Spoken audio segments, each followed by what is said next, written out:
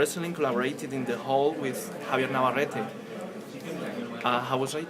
Well, Javier, I got turned on to by Guillermo del Toro because I had seen Pan's Labyrinth, which has this lovely score, and it was a even Javier will tell you it was quite a milestone for him to replace Jerry in somebody else's music. And of course, I didn't think I could find anybody to replace Jerry, and I really probably can't. But Javier gave me exactly what I needed for that movie, which was I wanted it to be eerie, but I also wanted it to be emotional. And we got along very well, and even under very difficult circumstances, because the producers of the movie were very critical of the music that he wrote, and they were sitting there giving him notes on what the score should be like, which I thought was humiliating. And I said, just write what you want, you know, just don't listen to that stuff. Just write what you want, write what you think is right, and I'll back you. But he did a great job, and I think he's a very good composer. Now, the thing about directors like me are that even when the movies don't make money theatrically, very often they find this audience on video. And there are a lot of movies that were not well liked when they came out theatrically or not seen that were discovered on video. Video was the resurrection of a lot of movies that literally would be forgotten today if there was no home video. Because if a movie used to disappear into network television, get one run, then syndication in the middle of the night. Now, with video, and particularly VHS, was especially the beginning of it all. And then Laserdiscs for the buffs, and now DVDs and Blu-rays and stuff like that, that they get to reissue these movies to different age groups.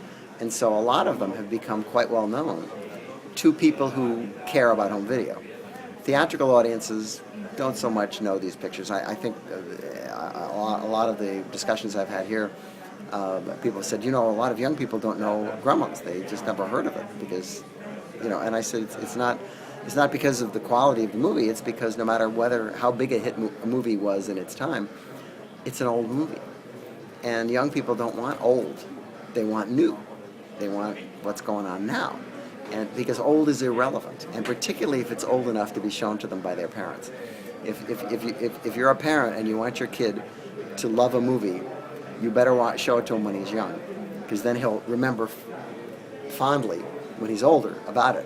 But if you wait and you say, and he's a teenager now, and you say, oh, here's a movie you should watch, they're going to reject it because they're not interested in anything their parents are interested in. You know, half the movies that we watched when we were young, we watched because our parents didn't want us to watch them. You know, and anything that our parents didn't like was automatically good. So, you know, there's no rhyme or reason to it. It's why I created Trailers from Hell. It's just so that people could be pointed toward movies that they never heard of, and maybe watch a black and white movie, you know, which is, I know, so difficult to do these days.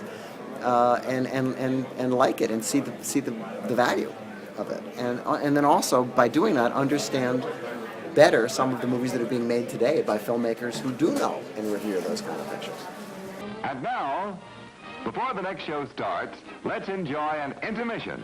You'll find our snack bar chock full of good things to eat and drink. Hello, I'm Edgar Rice. Hi, I'm Mick Garris. Hi, I'm Joe Dante. Hi, I'm John Landis, and you're watching Trailers from Hell. Here's Mickey, and welcome to Trailers from Hell. 1970s masterpiece from Hell. Very low budget, Starring Topped with orange coating of the kind you like best. I'm Joe Dante movie with Dick Miller doing the leading role. What's the chances?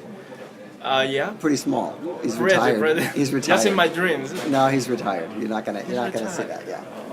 No. And what about you, Joe? Am I retired? No, I hope not. What am I gonna do? I'm gonna do what everybody else is doing. I'm gonna be going around the world, as you see, looking for money. That's what we do now. And remember how Orson Welles spent the whole last part of his career just going from country to country begging for money? That's what we all do now. That's the way the movie business is. Nobody hands you projects anymore that are like go projects. You've got to find the money, find the actors, find the financing, put everything together, do the budgets, do all those things that you used to be paid to do, and then take them to a studio and hope they'll distribute your movie.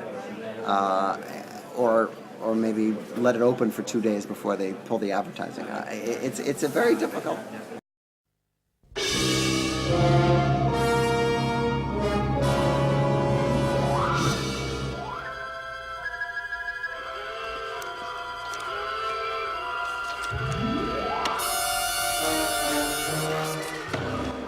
Hello, I'm Lawrence Woolsey. The feeling at this atomic test... The new media is the only thing you can use. I mean, luckily you can make your own films if you can afford it. You can make them, you can cut them, you can edit them on your home system, and you can make a pretty good-looking product.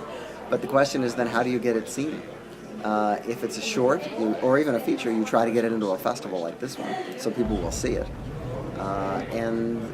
But if not, there's always the internet. But the internet, you're competing against 1,000 other films, and how's anybody going to know? How are you going to curate this material so that people will know how to find your movie? That's the daunting challenge. The challenge is not so much making the movie anymore, if you can make it for a low price, but getting it seen. That's the tough part. That's it. Anyway, thank you very much, Joe. My pleasure. Could I have your Sure. signature?